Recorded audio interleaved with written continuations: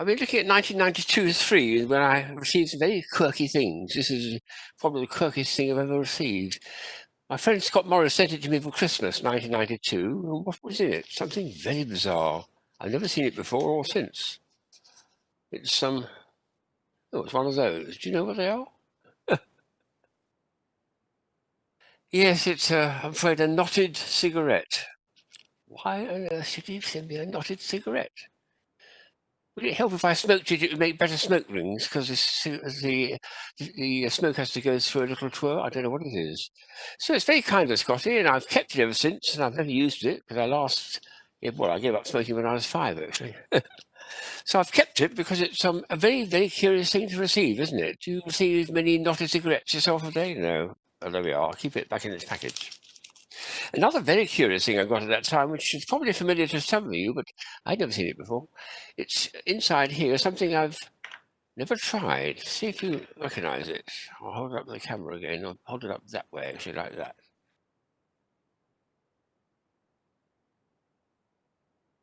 And it's a little thing with little brushes on the top. What do you do with it? Well, it's a toothbrush, would you believe? You put just like that. And you twirl it around your mouth for several seconds with some toothpaste, I suppose, and it helps to brush your teeth instead of having one with a handle. Very interesting idea, that. So I suppose I better try it out sometime. So a handle-less toothbrush, which you mouth like that. Very strange. This is a very nice card from MOMA, which I got in 1992. It says, well, nothing at all, except that there's 3 panels altogether, 3 different panels. And when you put them back in a certain order, like that there, is it going to be? Yes, and that at the back there. And now we bring it forward and, oh, look, ho, ho, ho. How clever is that? What Santa Claus says to you, and your reply, of course, is, oh, oh, oh, isn't it? Well, what a nice bit of design that is. 3 panels with that in it.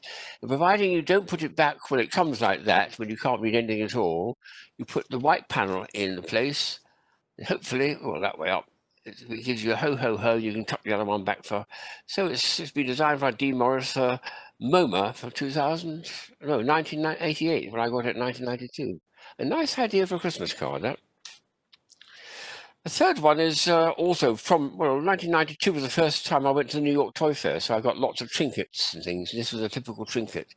It's a tourist item, and it's one of those things which is a key fob, but it's got lots of lovely uses to it. First of all, the main thing is it shows pictures of, well, principally the Statue of Liberty, but other scenes also from New York, Manhattan. But the Statue of Liberty is the main one. Can we get it into?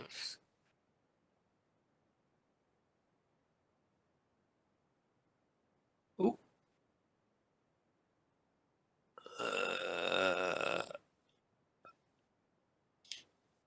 Oh, it just goes out of focus, doesn't it? I can see. But what's nice about this is on the back of it, you think there's nothing else there, but oh Lord, look at this. What they've done is very clever. If we've given you a tape measure, which is nice, at the bottom, which is in red, and then above that, they've given you a whole series of little columns here, which you put your phone number and the friend's phone number. So it's a little telephone book and a ruler and a tourist thing on Manhattan, all in one little key fob, which is the 4th use. So very multi-tasked little item to have. I like that. The last item is a favourite one from Mel Stover, who's no longer with us, but what an incredibly inventive Canadian he was. This is a very old trick which I've had in my collection since my childhood, I think it is. It consists of, well, initially, I won't show you what it makes originally.